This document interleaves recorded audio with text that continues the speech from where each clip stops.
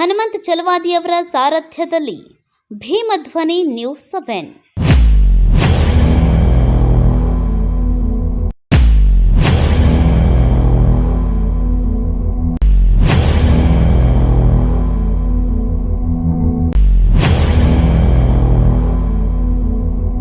ಗದಗ ಜಿಲ್ಲೆ ರೋಣಪಟ್ಟಣದ ಸಮೀಪ ಅಕ್ರಮವಾಗಿ ಮಣ್ಣು ಗಣಿಗಾರಿಕೆ ನಡೆಯುತ್ತಿದ್ದರೂ ಕಣ್ಣು ಮುಚ್ಚಿ ಕುಳಿತುಕೊಂಡ ತಾಲೂಕು ಆಡಳಿತ ಗಣಿ ಮತ್ತು ಭೂವಿಜ್ಞಾನ ಇಲಾಖೆಯ ಪರವಾನಗಿ ಪಡೆಯದೆ ಅಕ್ರಮವಾಗಿ ಮಣ್ಣು ಗಣಿಗಾರಿಕೆ ಮಾಡುತ್ತಿರುವ ಮಣ್ಣು ಗಣಿ ಕಳ್ಳರು ಅಕ್ಕಪಕ್ಕದಲ್ಲಿ ಕೆರೆ ಮತ್ತು ಹಳ್ಳಗಳು ಇದ್ದರೂ ಕೂಡ ಭೂತಾಯಿಯ ಒಡಿಲಿಗೆ ಕಣ್ಣು ಹಾಕುತ್ತಿರುವ ಖದೀಮರು ಎಚ್ಚೆತ್ತುಕೊಳ್ಳುತ್ತಾ ತಾಲೂಕು ಆಡಳಿತ ಮತ್ತು ಗಣಿ ಮತ್ತು ಭೂವಿಜ್ಞಾನ ಇಲಾಖೆ ಅಧಿಕಾರಿಗಳು ಆದಷ್ಟು ಬೇಗ ಇಂತಹ ಖದೀಮರಿಗೆ ಕಡಿವಾಣ ಹಾಕಬೇಕಿದೆ.